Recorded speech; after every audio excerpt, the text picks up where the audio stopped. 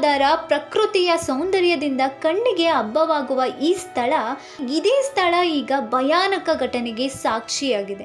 ಒಂದು ಸಾಮಾನ್ಯ ದಿನ, ಒಂದು ಕುಟುಂಬದ ಸಂತೋಷದ ಕ್ಷಣ, ಆದರೆ ಕೆಲವೇ ಗಂಟೆಗಳಲ್ಲಿ ಅದೇ ದಿನ ದುರಂತದ ದಿನವಾಗಿ ಮಾರ್ಪಟ್ಟಿತ್ತು. ಮಂಗಳವಾರ ಸಂಜೆ ಸುಮಾರು 6:30ಕ್ಕೆ ಶ್ರೀನಂದ ಎಂಬ ಬಾಲಕಿ ನಾಪತ್ತೆಯಾಗುತ್ತಾಳೆ. ಮೊದಲಿಗೆ ಯಾರಿಗೂ ಅಷ್ಟು ಗಂಭೀರ ಅನಿಸಲೇ ಇಲ್ಲ. ಇಲ್ಲೇ ಎಲ್ಲಾದರೂ ಇರುತ್ತಾಳೆ ಅಂತ ಹುಡುಕಾಟ ಶುರು ಆಯಿತು. ಆದರೆ ಸಮಯ ಕಳೆದಂತೆ ಆತಂಕವು ಹೆಚ್ಚಾಗತೊಡಗಿತು. ಕುಟುಂಬದವರ ಕಣ್ಣಲ್ಲಿ ಭಯ, ಸ್ಥಳೀಯರ ಮನಸ್ಸಲ್ಲಿ ಗಾಬರಿ. ಏನಾಯ್ತೋ ಅನ್ನೋ ಪ್ರಶ್ನೆ ಎಲ್ಲರನ್ನೂ ಕಾಡತೊಡಗಿತು. ತಕ್ಷಣವೇ ಹುಡುಕಾಟ ಆರಂಭವಾಯಿತು. ಅರಿಶಿಣಗುಪ್ಪ ಭಾಗದಿಂದ ರಕ್ಷಣಾ ತಂಡ ಕಾರ್ಯಾಚರಣೆ ಶುರು ಮಾಡಿತ್ತು. ಪ್ರತಿ ಮೂಲೆ, ಪ್ರತಿ ಕಂದಕ, ಪ್ರತಿ ದಾರಿಯಲ್ಲೂ ಹುಡುಕಾಟ ನಡೆಸಿತು. ಆದರೆ ಶ್ರೀಲೀಲಾ ಪತ್ತೆ ಆಗಲಿಲ್ಲ.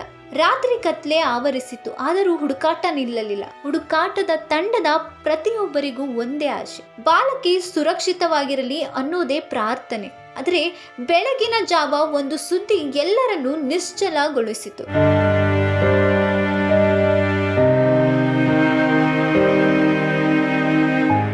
ಮಾಣಿಕ್ಯಾಧಾರದ ಭೀಕರ ಪ್ರಪಾತದ ಕಂದಕದ ಬಳಿ ಸುಮಾರು 1500 ಅಡಿ ಆಳದಲ್ಲಿ ಒಂದು ಮೃತದೇಹ ಪತ್ತೆಯಾಗಿದೆ. ಆ ಕ್ಷಣದಲ್ಲಿ ಅಲ್ಲಿ ನೆರೆದಿದ್ದ ಎಲ್ಲರ ಹೃದಯ ನಿಂತಂತಾಗಿತ್ತು. ಅದು ಶ್ರೀನಂದಳ ಮೃತದೇಹವಾಯಿತು. ಅರಿಶಿಣಗುಪ್ಪೆಯಿಂದ ಸುಮಾರು 5 ಕಿಲೋಮೀಟರ್ ದೂರದಲ್ಲಿ ಆಕೆಯ ಶವ ಪತ್ತೆಯಾಗಿದೆ. ಆ ಸುದ್ದಿ ಕೇಳುತ್ತಿದ್ದಂತೆ ಕುಟುಂಬದವರ ಅಳಲು, ಆಕ್ರಂದನೆ, ಅಲ್ಲಿ ಇದ್ದ ಪ್ರತಿಯೊಬ್ಬರ ಕಣ್ಣಲ್ಲೂ ನೀರು ತುಂಬಿತು. ಒಂದು ಚಿಕ್ಕ ಜೀವ, ಒಂದು ಕುಟುಂಬದ ಕನಸು ಕೆಲವೇ ಕ್ಷಣಗಳಲ್ಲಿ ಅಂತ್ಯವಾಯಿತು.